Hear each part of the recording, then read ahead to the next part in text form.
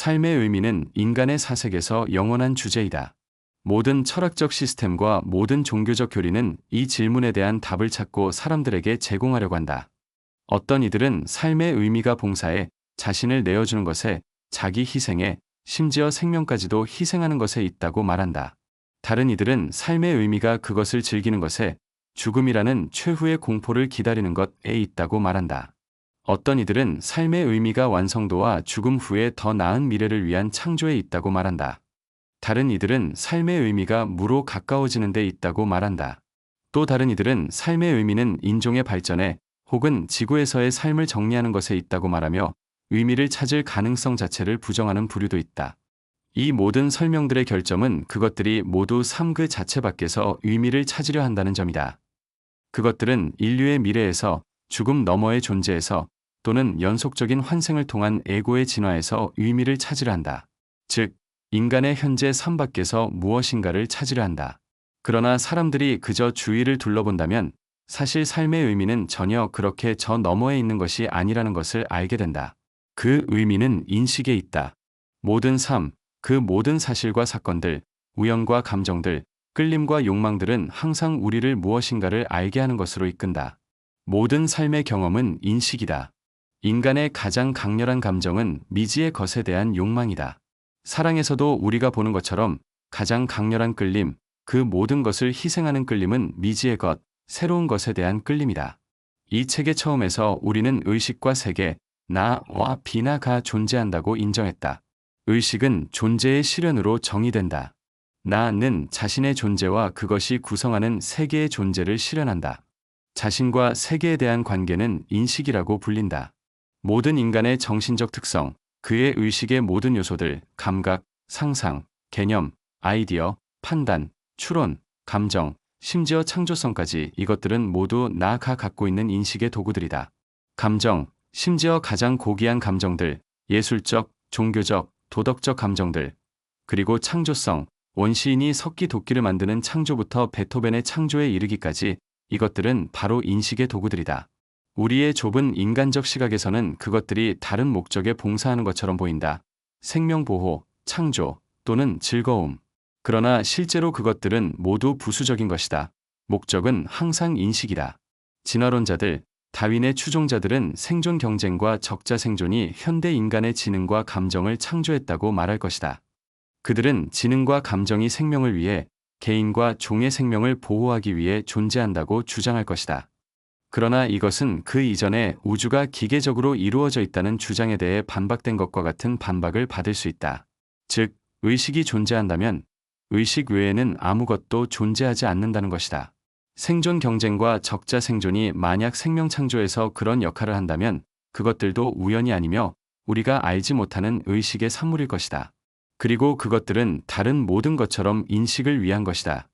하지만 우리는 자연의 법칙들 속에서 의식의 존재를 고려하지 않는다. 이는 우리가 항상 전체가 아닌 부분을 연구하기 때문이다. 우리는 전체에 속한 의식을 보지 못한다. 인간의 새끼손톱을 연구한다고 해서 인간의 의식을 볼 수 없는 것과 같다. 자연에 대해서도 마찬가지이다. 우리는 항상 자연의 새끼손톱만을 연구한다. 만약 우리가 이것을 고려한다면 우리는 모든 삶이 자각하는 전체의 일부로서 나타나는 것임을 깨닫게 된다. 전체의 의식을 깨닫기 위해서는 전체의 성격을 이해해야 한다. 의식은 전체의 기능이다. 따라서 인간의 기능은 의식이다.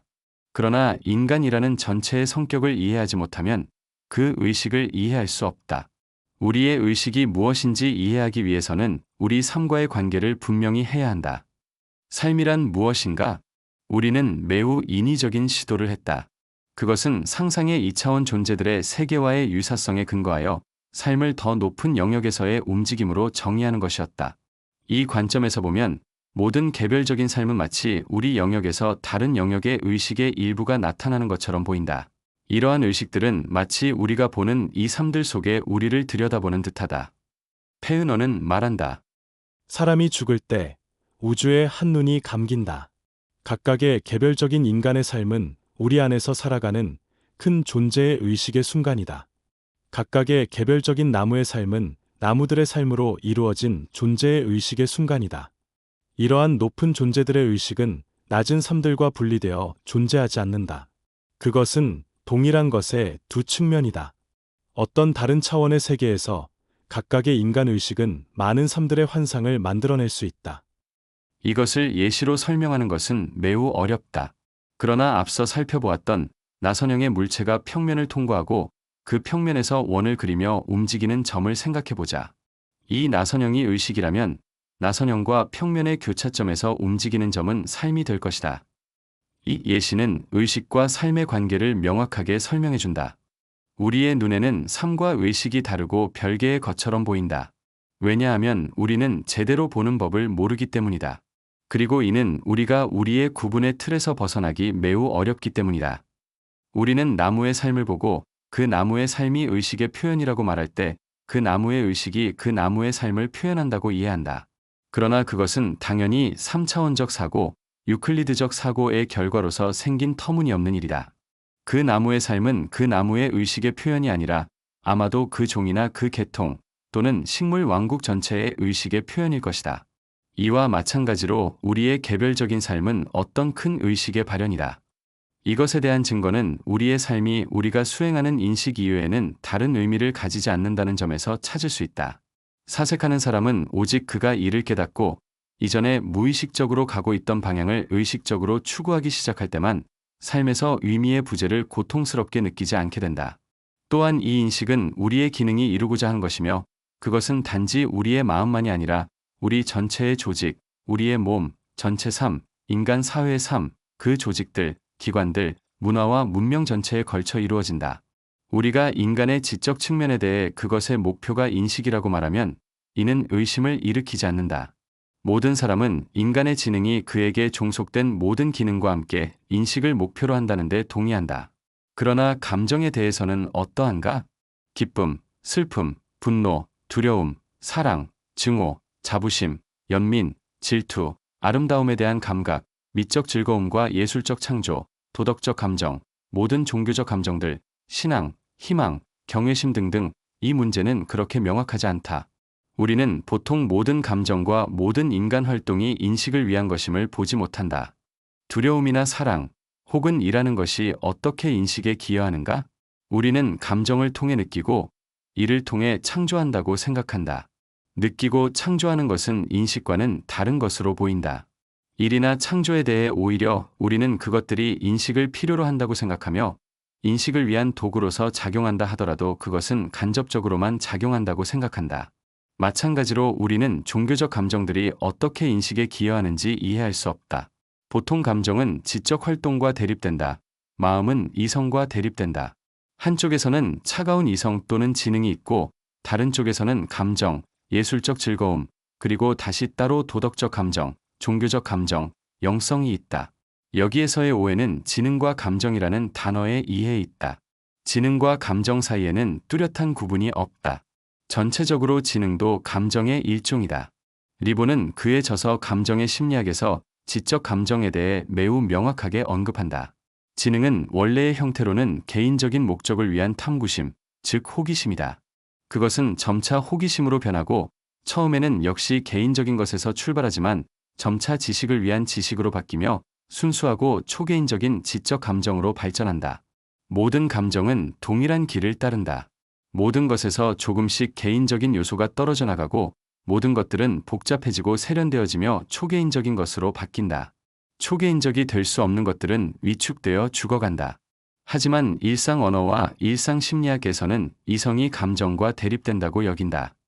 독립적이고 자율적인 능력으로서 의지가 놓이며 도덕가는 도덕적 감정을 별도로 언급하고 종교적인 사람들은 영성이나 신앙을 따로 언급한다. 사람들은 이렇게 말한다. 이성이 감정을 이겼다. 의지가 욕망을 이겼다. 의무감이 열정을 이겼다. 영성이 지성을 이겼다. 신앙이 이성을 이겼다. 하지만 이것은 모두 잘못된 표현들이다. 이는 해가 뜬다 또는 해가 진다는 표현만큼이나 잘못된 것이다. 실제로 인간의 영혼에는 감정 외에는 아무것도 없다. 그리고 인간의 정신적 삶은 다양한 감정들의 싸움이나 조화로 이루어진다. 스피노자가 분명히 본 바와 같이 감정은 오직 더 강한 다른 감정에 의해 이길 수 있으며 그 외에는 어떤 것에 의해서도 이길 수 없다. 이성, 의지, 의무감, 영성은 그 안에 포함된 감정적 요소에 의해서만 다른 것을 이길 수 있다. 욕망과 열정을 모두 죽이려는 수도자는 그것을 구원의 욕망으로 죽인다. 세상 모든 즐거움을 거부하는 사람은 그것을 희생의 즐거움으로 거부한다. 의무감으로 인해 전장에서 죽는 군인은 다른 어떤 감정보다 헌신이나 충성의 감정이 그 안에서 더 강하기 때문이다. 도덕적 감정이 그에게 열정을 억누르라고 말할 때 그는 그것이 감정이기 때문에 도덕적 감정이 다른 감정들보다 더 강하기 때문에 그것을 억누른다. 본질적으로 이것은 모두 간단하고 명확하다. 그것은 오직 사람들이 같은 것의 다양한 정도를 다른 이름으로 부르면서 그 차이점을 보면서 서로 얽히게 되었다. 의지는 욕망들의 합력이다. 우리는 의지가 강한 사람을 의지가 일정한 방향을 따라가며 옆으로 벗어나지 않는 사람이라고 부르고, 의지가 약한 사람을 욕망에 의해 왔다 갔다 하며 새로운 욕망이 생길 때마다 의지가 자꾸 좌우로 흔들리는 사람이라고 부른다. 그러나 이것은 의지와 욕망이 서로 반대된다는 것을 의미하지 않는다.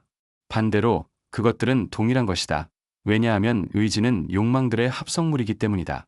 이성은 감정을 이길 수 없다. 왜냐하면 감정은 오직 감정에 의해서만 이길 수 있기 때문이다. 이성은 단지 감정을 유발할 수 있는 생각과 이미지를 제시하고 그 생각이나 이미지에 깃든 감정이 순간의 감정을 이길 수 있게 만든다. 영성은 지성이나 감성과 반대되는 것이 아니라 그것은 단지 그것들의 최고 비상이다. 지성에는 경계가 없다. 오직 인간의 유클리드적 이성만이 한계가 있다. 그렇다면 지성은 무엇인가? 지성은 각 의식의 능동적인 부분이다. 지구의 살아있는 왕국에서 인간 이하의 모든 동물들에게서 우리는 수동적인 의식을 본다. 그러나 개념이 생기면서 의식은 능동적으로 변하고 그 능동적인 부분은 지성으로서 작동하기 시작한다. 동물은 감정으로 인식한다. 동물에게는 호기심이라는 감정 형태로만 지성이 처음 나타난다. 인간에게 있어 의식의 성장은 지성의 성장과 그에 수반되는 고차 감정들의 성장에 있다. 미적, 종교적, 도덕적 감정들이 그것들이다. 이러한 감정들은 성장함에 따라 점점 더 지적화되며 동시에 지성은 감성에 침투하여 차갑지 않게 된다. 따라서 영성은 지성과 고차 감정들이 합쳐지는 것이다. 지성은 감정에 의해 영적이 되고 감정은 지성에 의해 영적이 된다. 지성의 기능에는 제한이 없지만 인간의 지성은 아직 약하다. 인간보다 더 높은 형태의 인식은 더 이상 지성적이지 않고 다른 무엇이 될 것이라고 말하는 것은 잘못된 것이다. 왜냐하면 직관적 지성은 단지 더 높은 형태의 지성이기 때문이다. 이 더 높은 지성은 인간의 개념과 유클리드 영역에 전혀 제한되지 않는다. 사실 수학은 이미 오래전에 개념의 영역을 넘어섰다. 그러나 그것은 지성의 도움으로 그렇게 된 것이다. 현재 발전 단계에서 많은 것을 지능으로 인식하는 동시에 인간은 감정을 통해서도 많은 것을 인식한다. 감정은 어떤 경우에도 단순히 감각을 위한 감각이 아니다. 그것들은 모두 인식을 위한 도구이다. 각 감정은 인간이 그것의 도움 없이는 알 수 없는 무언가를 인식하게 한다. 다른 어떤 감각이나 지능의 노력으로도 알 수 없는 무언가를 인식하게 한다. 만약 우리가 인간의 감정적 본성을 그것 자체를 위한 것으로만 보고 인식을 위한 것으로 보지 않는다면 우리는 그 진정한 내용과 의미를 결코 이해할 수 없다. 감정은 인식을 위해 존재한다. 어떤 것들과의 관계는 감정적으로만, 그리고 특정 감정에 의해서만 알 수 있다. 게임의 심리학을 이해하려면 플레이어의 감정을 경험해야 한다. 사냥의 심리학을 이해하려면 사냥꾼의 감정을 경험해야 한다. 사랑에 빠진 사람의 심리학은 냉정하고 차가운 사람에게는 이해되지 않는다. 아르키메데스가 목욕에서 뛰쳐나온 순간의 상태는 그를 미친 사람으로 보는 평범한 시민에게는 이해되지 않는다. 지구를 떠도는 떠돌이의 기분은 자리를 잡고 사는 사람에게는 이해되지 않는다. 믿는 사람의 감정은 믿지 않는 사람에게 이해되지 않으며 믿지 않는 사람의 감정은 믿는 사람에게 이해되지 않는다. 사람들이 서로를 이해하지 못하는 이유는 그들이 항상 다른 감정을 경험하고 있기 때문이다. 그들은 오직 동일한 감정을 동시에 경험할 때만 서로를 이해할 수 있다. 민속지혜는 이 사실을 잘 알고 있다. 배부른 사람은 굶주린 사람을 이해할 수 없다. 술 취한 사람은 맨정신인 사람과 친구가 될 수 없다. 어부는 다른 어부를 멀리서 본다. 이 상호 이해 또는 동일한 감정에 빠져서 이루어진 상호 이해의 환상은 사랑의 매력 중 하나이다. 모파상은 그의 작은 에세이 고독에서 이를 아주 잘 표현했다. 이 환상 속에 인간의 영혼에 술이 미치는 영향의 비밀이 있다. 감정은 색깔이 있는 영혼의 유리창이다. 각 색유리는 우리가 보는 대상에서 특정 색을 찾는 데 도움을 주지만 동시에 반대되는 색을 찾는 데 방해가 된다. 그래서 한쪽 감정적 조명만으로는 대상에 대한 올바른 이해를 얻을 수 없다고 말하는 것은 매우 타당하다. 감정은 사물에 대해 가장 명확한 이해를 주지만 감정만큼 사람을 속이는 것도 없다. 각 감정은 현재 인간 발달 단계에서 그 존재의 의미를 가진다. 비록 인식의 관점에서는 감정의 가치가 다르기는 하지만 필요한 감정, 중요한 감정, 현재 삶의 필수적인 감정들이 있다. 미래를 구축하는 데 사용되는 감정들도 있고 이미 지나간 것들과 관련된 감정들도 있다. 그리고 현대의 문화적 인간의 영혼에서는 이미 완전히 멈춘 감정들이 있으며 그것들은 오직 인위적으로만 되살릴 수 있다. 혹은 그것들이 자연스럽게 드러날 경우 그것들은 개인적 또는 사회적 관점에서 병적인 현상으로 나타난다. 현대인의 감정을 연구하면서 우리는 인간 영혼의 전체 진화를 볼 수 있다. 이론적으로는 모든 감정이 인식을 위해 존재한다. 모든 감정은 특정한 것을 인식한 결과로 생겨났다. 그러나 삶의 조건이 변화하고 다른 감정들이 성장함에 따라 일부 감정은 불필요하고 유해해지며 사람들을 잘못된 방향으로 이끌 수 있다. 가장 기본적인 감정 중 하나인 두려움을 예로 들어보자. 틀림없이 두려움으로만 알 수 있는 관계들이 있다. 두려움을 경험한 적이 없는 사람은 인생과 자연에서 많은 것들을 이해할 수 없을 것이다. 그는 인간 사회의 중요한 동기들을 이해하지 못할 것이다. 두려움, 배고픔, 추위 외에 무엇이 대부분의 사람들을 일하게 만드는가? 그는 동물 세계의 많은 관계들을 이해하지 못할 것이다. 예를 들어 포유류가 파충류에 대해 가지는 관계의 본질을 결코 이해하지 못할 것이다. 뱀은 모든 포유류에게 혐오와 두려움을 불러일으킨다. 이 혐오와 두려움은 포유류가 뱀의 본성과 그 본성이 자기 자신과 맺는 관계를 알게 해주지만 그것은 오로지 자신의 관점에서만 알게 되는 것이다. 뱀 자체가 무엇인지는 두려움의 감정만으로는 알 수 없다. 뱀 자체가 무엇인지, 그것이 철학적 의미의 사물 자체가 아닌 단순히 생물학적 관점에서 무엇인지, 이것은 오직 지성으로만 알 수 있다. 감정은 진화하고 발전한다. 그렇다면 그 진화는 무엇으로 나타나는가? 우리는 어떻게 성장하는 감정과 죽어가는 감정을 구별할 수 있는가?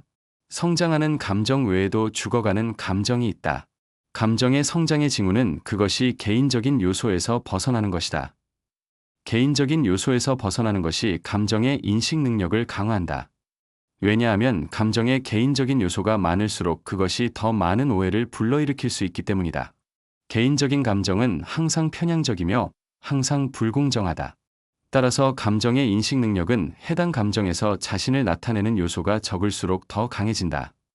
우리는 이전에 공간과 그것의 법칙을 연구하면서 인식의 진화는 자신으로부터 점진적으로 멀어지는 것이라고 보았다.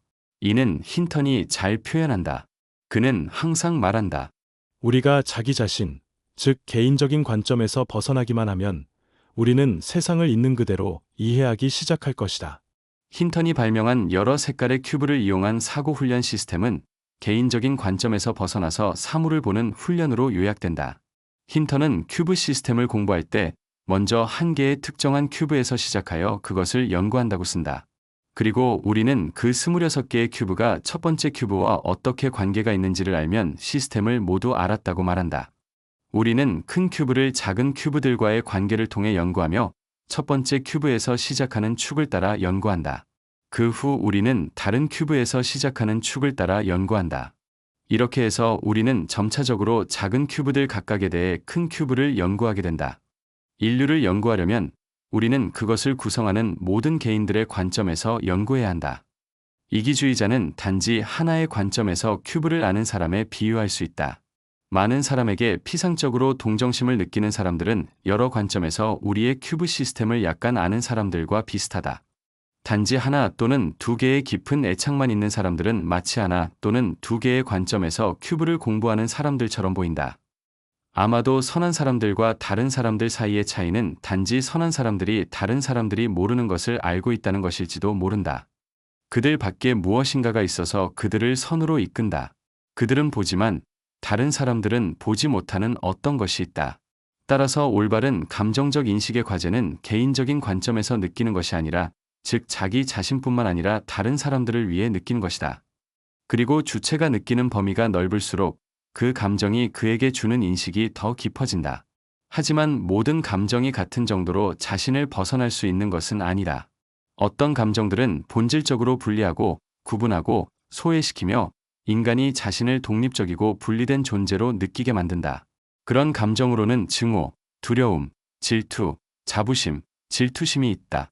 그리고 어떤 감정들은 결합시키고 가까워지게 하며 인간이 어떤 큰 전체의 일부로 자신을 느끼게 만든다. 그런 감정으로는 동정, 우정, 연민, 조국에 대한 사랑, 인류에 대한 사랑이 있다. 두 번째 종류의 감정들은 첫 번째 종류의 감정보다 자신을 벗어나는데 훨씬 더 쉽게 해방된다. 그러나 동시에 전혀 개인적이지 않은 자부심도 있을 수 있다. 다른 사람이 한 영웅적인 행동에 대한 자부심, 또한 개인적이지 않은 질투도 있을 수 있다. 예를 들어, 우리는 자신의 삶을 초월한 사람에게 질투심을 느낄 수 있다. 그 사람은 자신의 욕망을 이겨내고 자신의 삶을 희생하며 모든 사람들이 옳고 정의로운 것으로 여기는 일을 위해 희생한다. 그러나 그런 일을 하려고 해도 하지 못하고 심지어 생각조차 하지 못하는 사람들이 많다. 또한 개인적이지 않은 증오도 있을 수 있다. 불의에 대한 증오, 폭력에 대한 증오, 어리석음에 대한 분노, 더러움, 위선에 대한 혐오. 그리고 이러한 감정은 분명히 사람의 영혼을 고양시키고 정화시키며 그렇지 않으면 보지 못했을 것을 보게 만든다. 예수가 성전에서 상인들을 쫓아내거나 바리새인들에 대해 의견을 말씀할 때 그는 전혀 온유하거나 부드럽지 않았다. 그리고 온유함과 부드러움이 항상 미덕인 것은 아니다. 사랑, 동정, 연민의 감정은 매우 쉽게 감상주에 약함으로 변할 수 있다. 그리고 그런 형태로는 물론 무지에만 기여한다. 감정은 순수한 것과 불순한 것으로 나뉜다. 우리는 모두 이것을 알고 있으며 모두 이 말을 사용하지만 그것이 무엇을 의미하는지 잘 이해하지 못한다. 실제로 순수한 감정과 불순한 감정은 무엇을 의미하는가? 일반적인 도덕은 감정들을 외적인 특성에 따라 순수하고 불순한 것으로 미리 나누어 버린다. 마치 노아가 그의 방주에서 동물들을 나누었듯이 이때 모든 육체적 욕망은 불순한 범주에 들어간다. 하지만 나는 이미 로자노프의 생각을 언급한 적이 있다. 그는 금욕주의에서 불결함의 개념이 성적 일탈에서 유래한다고 말했다. 사실 육체적 욕망은 자연 속 모든 것처럼 똑같이 순수하다. 그러나 실제로 감정은 순수하고 불순한 것이 있다. 우리는 이 구분에 진리가 있다는 것을 잘 느낀다. 그 진리는 어디에 있는가? 그것은 무엇을 의미하는가? 이 문제에 대한 해답은 감정을 인식의 관점에서 고찰하는 것에서만 나올 수 있다. 불순한 감정은 불순한 유리, 불순한 물, 불순한 소리와 같은 것이다. 즉, 특정한 감정이 불순한 것이 아니라 그것이 다른 감정들과 섞여 있거나 그것에 다른 감정들의 울림이 남았대 그것은 불순한 것이 된다. 불순한 감정은 혼란스럽고 불명확한 인식을 준다. 마치 불순한 유리가 흐릿한 그림을 주는 것처럼 순수한 감정은 그것이 인식하려는 대상을 명확하고 깨끗하게 나타낸다. 이것이 이 문제에 대한 유일한 해답이다. 우리가 이 해답에 도달하는데 가장 큰 장애물이 되는 것은 일반적인 도덕적 경향성이다. 이 경향성은 감정들을 미리 도덕적인 것과 비도덕적인 것으로 나누어 놓았기 때문이다. 그러나 잠시 우리가 일반적인 도덕적 틀에서 벗어난다면 우리는 이 문제가 훨씬 더 간단하다는 것을 보게 될 것이다. 본래부터 순수하고 불순한 감정은 존재하지 않으며 각 감정은 다른 감정이 섞여 있는지 여부에 따라 순수하거나 불순할 수 있다는 것을 이해하게 될 것이다. 순수한 감각이 있을 수 있다. 아가씨의 노래처럼 그것이 우주의 생명감을 느끼게 하고 자연의 맥박을 들을 수 있게 해주는 감각 말이다. 불순한 감각 역시 있을 수 있다. 그것은 자신을 부끄러워하거나 혹은 아무것도 부끄러워하지 않는 무미건조하고 추한 감각이다. 순수한 동정심이 있을 수 있다. 그리고 동정심을 이용해 자신에게 이득이 되는 무언가를 얻으려는 계산이 있을 수도 있다. 순수한 호기심이 있을 수 있다. 이때 지식을 얻고자 하는 욕망은 지식 자체를 위한 것이다. 반면에 어떤 이득이나 이익을 염두에 두고 지식을 추구하는 욕망이 있을 수도 있다. 외적인 표현에서 순수한 감정과 불순한 감정은 매우 비슷할 수 있다. 두 사람이 체스를 할 때 외관상 전혀 다를 바 없이 행동할 수 있지만 한 사람은 자존심과 승리에 대한 욕망으로 가득 차서 상대방에 대한 두려움, 행운에 대한 질투, 시기, 적대감, 이기려고 하는 계산이 가득하다. 다른 한 사람은 그저 앞에 놓인 복잡한 수학 문제를 풀 뿐이며 상대방에 대해서는 전혀 생각하지 않는다. 첫 번째 감정은 그 안에 많은 개인적인 요소와 다른 것들이 섞여 있기 때문에 불순하다. 두 번째 감정은 순수하고 전혀 개인적이지 않다. 이처럼 외적으로 동일한 감정이 다른 방식으로 나누어지는 애는 예술, 문학, 과학, 사회적 활동, 심지어는 정신적이고 종교적인 활동에서도 끊임없이 볼 수 있다. 모든 분야에서 개인적인 요소를 완전히 극복하는 것이 인간을 세계와 자신을 올바르게 인식하는 길로 이끈다. 자신을 포함한 감정은 굴곡이 있거나 움푹 들어가 있거나 비틀린 유리처럼 세상을 잘못 굴절시키고 왜곡시킨다. 올바른 인식은 순수한 감정을 요구한다. 감정의 순수함은 자신을 벗어난 정도에 따라 달라지며 개인적이고 이기적인 감정이 섞이면 그 감정은 불순해진다. 따라서 감정적 인식의 과제는 인식의 도구로서 감정을 적절히 준비하는 것이다. 어린 아이처럼 되라. 그리고 마음이 청결한 자는 복이 있다.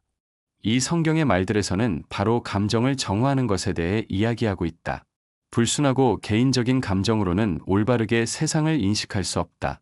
그러므로 올바른 세상 인식을 위해서는 감정이 정화되고 고양되는 진화가 이루어져야 한다.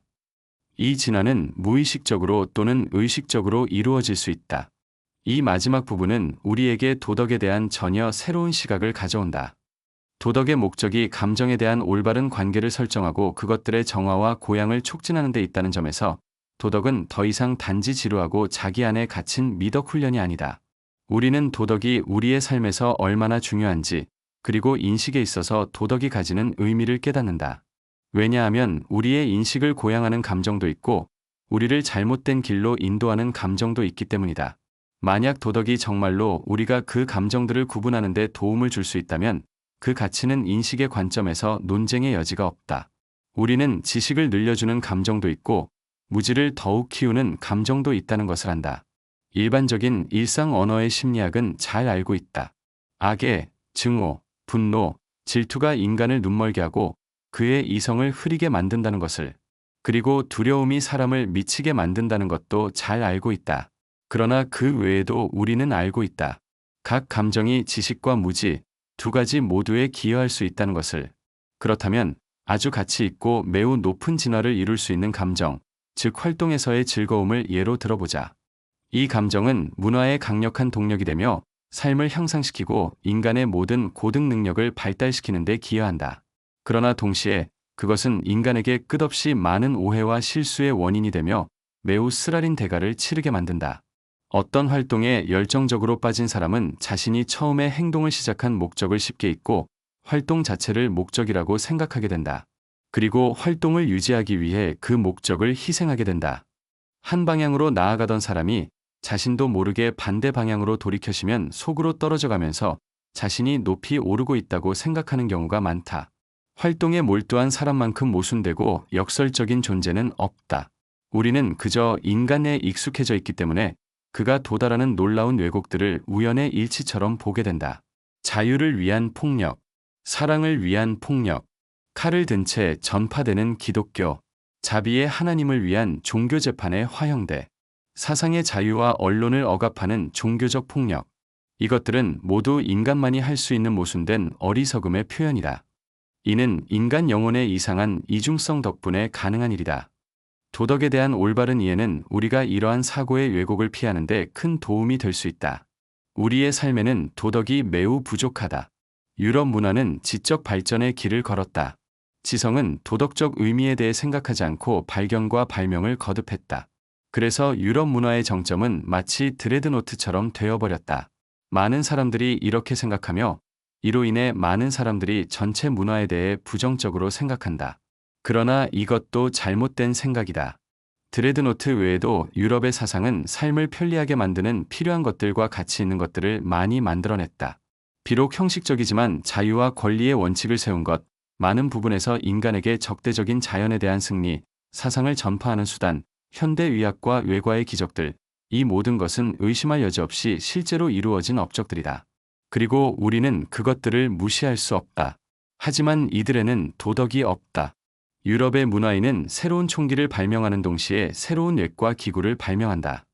유럽 문화는 원시인의 삶에서 시작했으며 마치 그 삶을 모델로 삼고 모든 측면을 발전시킨 것처럼 그들 활동의 도덕적 의미에 대해서는 전혀 생각하지 않았다. 원시인은 적의 머리를 단순한 몽둥이로 쳤다. 우리는 이를 위해 아주 복잡한 도구들을 발명했으며 이 도구들은 한 번에 수백 개의 머리를 쳐낼 수 있다. 그래서 이런 일이 벌어진다. 비행기 발명이 이루어짐과 동시에 비행기에서 폭탄을 투하하는 대해와 같은 뉴스가 나온다. 도덕을 우리의 삶에 도입했다면 우리의 삶은 덜 역설적이고 덜 모순적이며 더 논리적이고 가장 중요한 것은 더 문명화되었을 것이다. 왜냐하면 지금 우리의 문명은 드레드노트, 전기 처형, 5년이 지나면 반드시 미쳐버리는 고독형 감옥, 그리고 문화의 다른 혜택들로 인해 심각하게 타격을 입고 있기 때문이다. 우리에게는 도덕이 필요하다. 도덕이 없으면 우리는 너무 쉽게 잊어버린다. 우리는 많은 것에 관심을 가지고 많은 것에 참여하지만 이상하게도 우리의 정신적 삶과 우리의 지상에서의 삶 사이의 불일치를 전혀 눈치채지 못한다. 우리는 두 개의 삶을 살고 있다. 하나는 자신에게 매우 엄격하고 어떤 아이디어에 대해 말하기 전에 그것을 철저히 분석하는 삶이다. 다른 하나는 우리가 반대로 어떤 타협도 쉽게 받아들이고 우리가 보고 싶지 않은 것을 쉽게 무시하는 삶이다. 그리고 우리는 이 분열에 타협한다. 우리는 마치 우리 자신의 더 높은 아이디어들을 실제 삶에 적용하는 것이 필요하지 않은 것처럼 보인다. 마치 실제와 정신적인 것을 섞지 않겠다는 원칙이라도 세운 듯하다. 그 결과 현대 생활에서 모든 추악함이 발생한다. 우리의 삶의 모든 무한한 위조가 생겨난다. 인쇄, 예술, 연극, 과학, 정치의 위조. 우리는 이 위조의 악취나는 늪 속에서 질식하고 있지만 그것은 바로 우리가 다른 누구도 아닌 우리가 만든 것이다. 우리는 우리의 아이디어들을 실제로 삶에 반영할 필요성을 인식하지 못하고 활동이 우리의 정신적 탐구와 상충할 가능성을 허용한다. 우리는 그 활동이 정신적 탐구와 상충한다고 하더라도 그것을 받아들이고 그 활동의 유해한 점을 우리는 잘 알고 있지만 그것에 대해 각각의 개인은 책임을 느끼지 않는다. 왜냐하면 그것을 자신이 만든 것이 아니기 때문이다. 우리는 개인적인 책임감을 느끼지 않으며 용기도 없고 그 필요성을 인식조차 하지 않는다. 도덕은 우리에게 필요하다. 그러나 동시에 우리는 잘 기억해야 한다. 도덕주의가 잘못된 길을 가는 것만큼 위험한 것은 없다. 활동에 대한 열정이 도덕 분야에서 가장 슬픈 결과를 초래하는 경우가 많다. 자신의 도덕성과 도덕적 설교에 몰두한 사람은 도덕적 완성의 목표를 잊어버린다. 그는 목표가 인식에 있음을 잊는다. 그는 도덕성 그 자체를 목표로 보기 시작한다. 그때의 감정은 좋은 것과 나쁜 것, 도덕적인 것과 비도덕적인 것으로 미리 나뉘게 된다. 그와 동시에 감정의 목표와 의미에 대한 올바른 이해는 완전히 사라진다. 사람은 자신의 선함에 몰두한다. 그는 다른 사람들이 자신처럼 좋은 사람이 되기를 원하거나 자신이 설정한 이상에 따라 그런 사람이 되기를 원한다. 일종의 도덕적 미학이 형성된다. 그것은 도덕을 위한 도덕을 즐기는 것이다. 또는 도덕 스포츠가 된다. 도덕을 위한 도덕 훈련이 된다. 이는 모든 생각을 멈추게 한다. 사람은 모든 것을 두려워하기 시작한다. 삶의 모든 것에서 그는 비도덕적인 무엇인가가 자신이나 다른 사람을 그가 도달한 높이나 도달할 수 있는 높이에서 떨어뜨릴 수 있다고 상상한다. 그는 다른 사람의 도덕성에 대해 비정상적으로 의심하는 태도를 개발한다. 신념을 전파하는 열정 속에서 자신의 도덕적 관점을 확산하려는 마음으로 그는 이제 자신의 도덕과 맞지 않는 모든 것에 적대적으로 다가가기 시작한다. 그것은 이제 그의 눈에 검은 것이 된다. 그는 아주 쉽게 몇 가지 타협을 통해 자유와 싸워야 한다는 결론에 도달한다. 그는 이제 사고에 대한 어느 정도의 검열을 허용하기 시작한다. 자신의 의견과 반대되는 자유로운 의견의 표현은 거의 용납할 수 없다고 여기기 시작한다. 이는 모두 사람들에 대한 진심 어린 사랑에서 비롯된 것일 수 있다. 그러나 그 끝은 우리가 잘 알고 있다. 그런 도덕보다 더 잔인한 폭정은 없다. 모든 것이 그 폭정을 위해 희생된다. 그리고 물론 이런 폭정만큼 사람을 눈멀게 만드는 것도 없다. 그런 도덕만큼. 그럼에도 불구하고 인류는 도덕이 필요하다. 우리는 그것을 갈망하고 있으며 어쩌면 그것을 찾을 것이다. 지적 인식의 조직화된 형태는 관찰, 계산, 경험에 기반한 과학과 추론과 결론의 이성적 방법에 기반한 철학이다. 감정적 인식의 조직화된 형태는 종교와 예술이다. 종교적 교리는 의식의 성격을 띠며 인간의 감정적 본성에 전적으로 의존한다. 웅장한 성전, 성직자들의 화려한 의복, 의식적인 예배, 행진, 제물, 찬송, 음악, 이 모든 것은 인간을 특정한 감정으로 이끌어내고 그에게 특정한 감정을 불러일으키기 위해 의도된 것이다. 종교적 신화, 전설, 생애 기록, 예언, 묵시록도 같은 목적을 가지고 있다. 이들은 모두 상상력과 감정에 영향을 미친다. 이것의 목적은 인간에게 신을, 도덕을, 즉 세계의 숨겨진 면에 대한 특정한 인식을 제공한 것이다. 종교는 그 목적에서 벗어날 수 있으며 세속적인 이익과 목적을 위해 사용될 수 있다. 그러나 그 시작은 진리와 신을 찾으려는 열망에 있다. 예술은 아름다움을 추구하는, 즉 독특한 감정적 인식을 제공하는 것이다. 예술은 모든 것에서 이 아름다움을 발견하고 인간으로 하여금 그것을 느끼고 그로써 인식하게 만든다. 예술은 바로 그 상징적인 열쇠를 손에 쥐고 있을 때 인간에게 노우매너란 세계의 신비와 놀라운 깊이를 드러내는 강력한 인식의 수단이 된다. 누군가가 이 비밀이 인식이 아니라 즐거움을 위한 것이라고 생각한다면 모든 매력이 무너진다. 예술이 새로운 아름다움을 찾으려는 노력이 아니라 이미 발견된 아름다움을 즐기는 것으로 바뀌면 예술은 그때부터 멈추게 되며 불필요한 미학주의로 변하여 사람을 그 벽으로 둘러싸고 더 이상 앞을 바라보지 못하게 만든다. 아름다움을 추구하는 것이 예술의 목적이라면 하나님과 진리를 추구하는 것이 종교의 목적이다. 그리고 예술처럼 종교도 하나님과 진리를 찾았다고 생각할 때 멈춘다. 이 아이디어는 복음서에 다음과 같이 표현되어 있다. 하나님 나라와 그의 의를 구하라. 과학, 철학, 종교, 예술은 모두 인식의 형태들이다. 과학의 방법은 경험이고 철학의 방법은 이성적 사고이며 종교와 예술의 방법은 도덕적 또는 미학적 감정적 유도이다. 그러나 과학, 철학, 종교, 예술은 모두 인식이 진정으로 진리를 제공할 때, 직관이 나타나기 시작할 때 비로소 진정한 역할을 한다. 본질적으로 말하자면 이들의 목적은 사람들에게 특정한 지식을 주는 것이 아니라 인간을 사고와 감정의 높은 경지로 이끌어 직관이 그에게 나타나게 하는 데 있다. 모든 인식 형태들의 목적은 직관적 인식으로의 전환이다. 그리고 직관적 인식에서는 과학, 철학, 종교, 예술이라는 다양한 형태의 인식이 서로 합쳐져 하나의 전체를 이루어야 하며 그것이 바로 오래전부터 인류가 추구해온 신들의 지혜인 테오소피아, 즉 신의 지혜이다.